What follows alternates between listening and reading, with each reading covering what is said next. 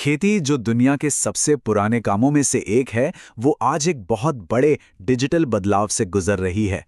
आज हम बात करेंगे भारत की एक ऐसी ही बड़ी पहल एग्री स्टैक की, जो खेती करने के तरीके को शायद हमेशा के लिए बदल दे। जब हम खेती के बारे में सोचते हैं तो दिमाग में क्या आता है? शायद हल चलाते किसान और हरे भरे खेत, है ना? लेकिन ये तस्वीर अब तेजी से बदल रही है। आज की खेती डेटा और टेक्नोलॉजी से चल रही है और ये हमारी पुरानी सोच को पूरी तरह से बदल रही है।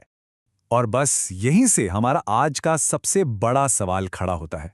सोचिए, क्या हो अगर किसान का सबसे ताकतवर औजार हल ना हो, बल्कि एक डिजिटल प्लेटफॉर्म हो?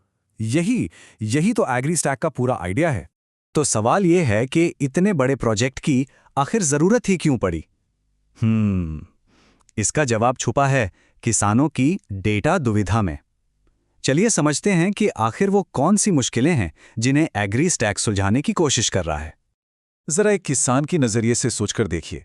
आसानी से लोन नहीं मिलता, खेती पर जो सलाह मिलती है वो भरोसेमंद है या नहीं पता नहीं, और अपनी फसल बेचने के लिए सीधे बाजार तक पहुंच भी नहीं है। अब ऐसे में भविष्य की प्लानिंग करना या सरकारी स्कीमों का फायदा उठाना, ये सब लगभग नामुमकिन सा हो जाता है। और यहीं पर एक साथ जुड़े हुए सिस्टम की जरूरत महसूस होती है। तो फिर ये एग्री स्टैक आखिर है क्या? देखिए, इसे समझने का सबसे आसान तरीका है इसकी तुलना आधार से करना। जी हाँ, आप एग्री स्टैक को खेती का आधार भी कह सकते हैं। आधार को तो हम सब जानते हैं, है ना? जैसे आधार ने देश के हर नागरिक को एक डिजिटल पहचान दी, ठीक वैसे ही एग्री स्टैक का मकसद है हर किसान को एक यूनिक डिजिटल पहचान देना। ये तुलना एग्री स्टैक के पूरे कॉन्सेप्ट को समझना बहुत आसान बना देती है। ये टेबल दिखाती है कि दोनों सिस्टम असल में कितने मिलते जुलते हैं, पर अलग भी हैं। जहां आधार का टारगेट हर नागरिक है, वहीं एग्री स्टैक का फोकस सिर्फ किसानों पर है।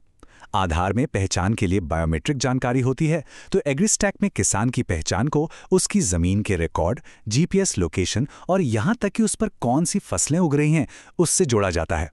मतलब ये आधार के ही कामयाब मॉडल को खेती की खास जरूरतों के हिसाब से ढाला गया है। तो ठीक है, ये तो समझ आ गया कि ये क्या है, पर ये काम कैसे करता है? इसे समझने के लिए हमें इसके 3 सबसे जरूरी हिस्सों, यानी इसके बिल्डिंग ब्लॉक्स को देखना होगा, जो इसकी पूरी नींव बनाते हैं। ये 3 रजिस्ट्रियां हैं जो एक दूसरे से जुड़ी हुई हैं और पूरे सिस्टम का आधार हैं। पहला किसान रजिस्ट्री, दूसरा गांव के जियो रेफरेंस नक्शे और तीसरा बोई गई फसल की रजिस्ट्री। चलिए एक एक करके इनको थोड़ा और करीब से देखते हैं। तो सबसे पहला और सबसे जरूरी हिस्सा है किसान रजिस्ट्री। इसका काम है हर किसान को एक यूनिक डिजिटल आईडी देना, जिसे डिजिटली वेरीफाई किया जा सके। समझिए, यही वो बुनियाद है जिस पर बाकी सारी जानकारी की इमारत खड़ी होगी। इसके बाद नंबर आता है जियो रेफरेंस्ड मैप्स का। इसमें क्या होता है कि किसान की सबसे कीमती चीज, यानी उसकी जमीन, उसका एक डिजिटल रिकॉर्ड बनाया जाता है। जमीन के हर एक टुकड़े का डिजिटल नक्शा बनता है और उसे किसान की उसी यूनिक आईडी से जोड़ दिया जाता है। और फिर आता है तीसरा और शायद सबसे डायनामिक हिस्सा, बोई गई फसल की रजिस्ट्री। ये सिस्टम में एक लाइव लेयर जोड़ता है जो ये बताती है कि किस खेत में किस समय कौन सी फसल उगाई जा रही है। और सबसे खास बात यह है कि ये जानकारी रियल टाइम में अपडेट होती रहती है। यही चीज इसे बहुत पावरफुल बनाती है। लेकिन भारत इतना बड़ा और विविधताओं से भरा देश है, तो ये सब एक साथ काम कैसे करेगा? इसका जवाब है फेडरेटेड आर्किटेक्चर। अब ये सुनने में थोड़ा टेक्निकल लगता है, पर इसका मतलब आसान है। सोचिए, एक नेशनल लेवल पर सिस्टम होगा जो अलग अलग राज्यों के अपने सिस्टम के साथ मिलकर काम करेगा। इससे केंद्र और राज्य दोनों का डेटा एक दूसरे से जुड़ा रहेगा और हमारे देश के संघीय ढांचे का भी पूरा सम्मान होगा। तो ठीक है, हमने ये तो समझ लिया कि ये सिस्टम बना कैसे है और काम कैसे करता है। लेकिन इसका असल फायदा क्या है? किसानों के लिए इसका क्या मतलब है? अब हम टेक्निकल बातों से आगे बढ़ के ये देखेंगे कि इससे किसानों को असल में क्या-क्या फायदे हो सकते हैं। जब ये सारा डेटा एक जगह जुड़ जाएगा ना, तो सोचिए क्या-क्या हो सकता है। किसानों को शायद मिनटों में डिजिटल लोन मिल जाए, मौसम और कीड़ों के बारे में एकदम सटीक सलाह उनके फोन पर आ जाए, वो अपनी फसल को बिचौलियों के बिना सीधे बड़े बाजारों में बेच पाएं, और सरकारी सब्सिडी वो भी सीधा उनके बैंक खाते में पहुंच जाए। संभावनाओं की एक पूरी नई दुनिया खुल जाती है। जैसे एक छोटा सा उदाहरण लेते हैं, सटीक सलाह। किसानों को अपने फ़ोन पर ही ये जानकारी मिल सकती है कि भाई बुआई करने का सही समय कब है, कीड़ों से फसल को कैसे बचाना है या पैदावार कैसे बढ़ानी है। ये डेटा पर आधारित खेती को सच में एक हकीकत बना देता है। लेकिन शायद इसका सबसे बड़ा असर पैसों से जुड़े मामलों पर पड़ेगा।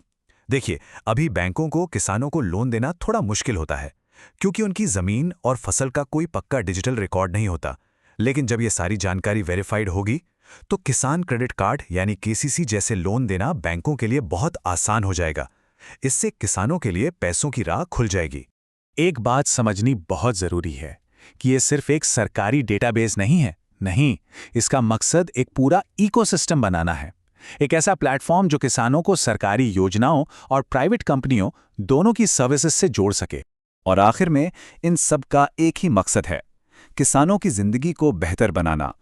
उम्मीद यही है कि इससे उनकी आय बढ़ेगी, खेतों की पैदावार में सुधार होगा और वो मौसम के बदलाव जैसी बड़ी चुनौतियों का सामना और अच्छी तरह से कर पाएंगे।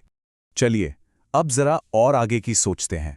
इस डिजिटल पब्लिक इंफ्रास्ट्रक्चर का लॉन्ग टर्म विजन क्या है? इसकी असली क्षमता क्या है? क्योंकि ये सिर्फ आज की समस्याओं को सुलझाने के बारे में नहीं है, ये खेती के पूरे भविष्य को एक नई दिशा देने के बारे में है। एग्रीस्टैक को सिर्फ एक डेटाबेस समझना शायद सही नहीं होगा। इसे खेती का एक ऑपरेटिंग सिस्टम कहना ज्यादा ठीक रहेगा। ये एक ऐसी बुनियाद है जिस पर आने वाले समय में खेती से जुड़ी नई नई टेक्नोलॉजी और सर्विसेज तैयार की जा सकती हैं। ये इनोवेशन के लिए एक लॉन्च पैड की तरह काम करेगा। और जैसा कि इस पूरी पहल का मकसद है, एक सीधी सी बात है, जब सही जानकारी सही समय पे किसानों तक पहुंचती है तो प्रिसिजन एग्रीकल्चर यानी कि एकदम सटीक खेती वो सिर्फ एक सपना नहीं रहती बल्कि हकीकत बन जाती है। तो हम इस चर्चा को एक आखिरी और बड़े सवाल के साथ खत्म करते हैं। जैसे जैसे खेती का ये डिजिटल ट्रांसफॉर्मेशन आगे बढ़ेगा, तो क्या यह मुमकिन है कि डेटा ही 21वीं सदी की सबसे कीमती फसल बन जाएगा?